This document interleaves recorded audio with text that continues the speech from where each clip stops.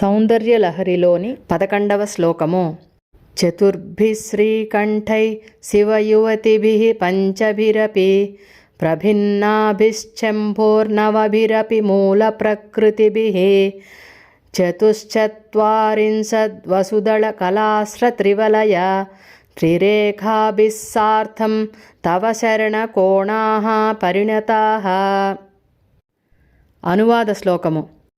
శివచక్రములు 4 శక్తి చక్రములైదు శివంకరముగా నవమై శివాశివమ్మై శివంకరుని శ్రీవౌ నీ శ్రీచక్రమలరు శివతాతికింపుగ 44 కోణముల శిరసావహించి నీ ఆజ్ఞ నవధాతువుల శిల్ప చాతుర్యావిష్కారాలంబనగా శిరలై అష్టషోడశదళ పద్మములలర శిష్టిగ వలయత్రయ భూపురములు నడువన్.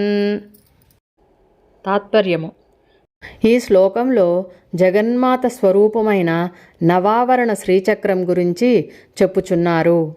శివచక్రములు 4 శక్తి చక్రములైదు శివంకరముగా నవమై అనగా, ఓ తల్లి, 4 శివచక్రములు 5 శక్తి చక్రములు శుభప్రదంగా 2 కలిసి 9 చక్రములతో శివాశివమ్మై శివంకరుని శ్రీవౌ నీ శ్రీచక్రమలరు అనగా, శివాశివమ్మై అంటే శివశక్తుల సమైక్య స్వరూపంగా, ఇక్కడ శివ అంటే భవానీ అని, శివ అంటే భవుడు అని, వీరిద్దరి ఏకరూపంగా శివంకరుని శ్రీవౌ అనగా ఆ పరమేశ్వరుడి ఇల్లాలవైన నీ శ్రీచక్రము అలరారుచున్నది, విరాజిల్లుతున్నది.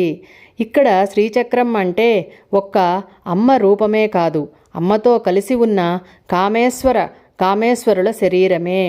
ఆ ఆది దంపతులకు నివాస స్థానముగా ఉన్న శ్రీచక్ర వివరణ చూద్దాము.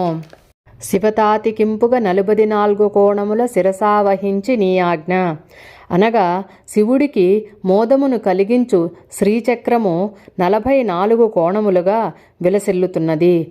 ముందుగా చతురస్రము, ఇది మొదటి ఆవరణ. ఇక్కడ 28 మంది దేవతలు ఉంటారు. రెండవది 16 దళములు కలిగిన షోడశదళ పద్మ ఆవరణ. ఇక్కడ 16 మంది ఆకర్షణ దేవతలు ఉంటారు. మూడవది అష్టదళ పద్మ ఆవరణ, 8 మంది దేవతలు ఉంటారు. నాల్గవ ఆవరణ 14 త్రికోణములు కలిగిన సర్వ సౌభాగ్యదాయక చక్రము. ఈ ఆవరణలోనే 14 లోకాలు అమ్మ అనుగ్రహ కిరణ కాంతులతో ఏర్పడుతున్నాయి.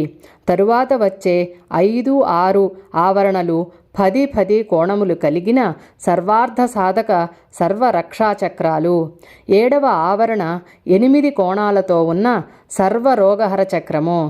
ఈ ఆవరణలో వసిన్యాది వాగ్దేవతలు శిరసావహించి నీ ఆజ్ఞ, ఆ పరమేశ్వరి యొక్క ఆజ్ఞను శిరసావహించి ఆమె ద్వారా అనుగ్రహం పొందిన లలితా సహస్రనామములను వాగ్రూపంలో గానం చేస్తూ అమ్మకు అతి చేరువలో ఉంటారు. దీని తరువాత ఆవరణ త్రికోణము. దీనిలో మహాకామేశ్వరి, మహావజ్రేశ్వరి, మహాభగమాలిని అనే 3 దేవతలు 3 బిందు కోణములలో ఉంటారు. చివరగా వచ్చునది బిందువు. ఇది 9వ ఆవరణ, సర్వానందమయ చక్రము. ఈ ఆవరణలో ఏకస్వరూపంగా ఉంటారు ఆ పరమేశ్వరులు. నవధాతువుల శిల్ప చాతుర్యావిష్కారాలంబనగ శిరలై అనగా, 4 శివకోణములు 5 శక్తి కోణములు కలిసి 9 మూల ప్రకృతులు. ఈ మూల ప్రకృతులనే ధాతువులు అంటారు.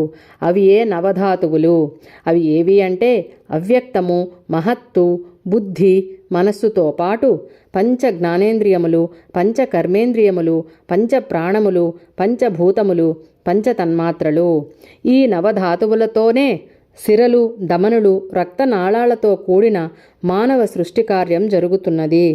ఆ సృష్టి నిర్మాణం ఎలా ఉంది అంటే, శిల్ప చాతుర్యావిష్కార ఆలంబనగా అంటే, ఒక శిల్పి ఎంతో చాకచక్యంగా, నేర్పరితనంగా, నైపుణ్యంగా చెక్కిన శిల్పంలా ప్రకటితమవుతూ ఉన్న ఈ శరీరానికి నీ నివాస స్థానమైన శ్రీచక్రం ఆలంబన అవుతున్నది తల్లి. అష్టషోడశదళ పద్మములలర శిష్టిగ వలయత్రయ భూపురముల నడువన్ అనగా, అష్టదళ షోడశదళ 3 వలయములు భూమండలములను శిష్టిగా అంటే పరిపాలిస్తున్నావు తల్లి, ఓ భువనైకమాత. శ్రీచక్రం అంటే విశ్వవ్యాప్తం అయిన అమ్మ యొక్క దివ్యశక్తే మానవ శరీరంలోనూ కొలువై ఉంటుంది.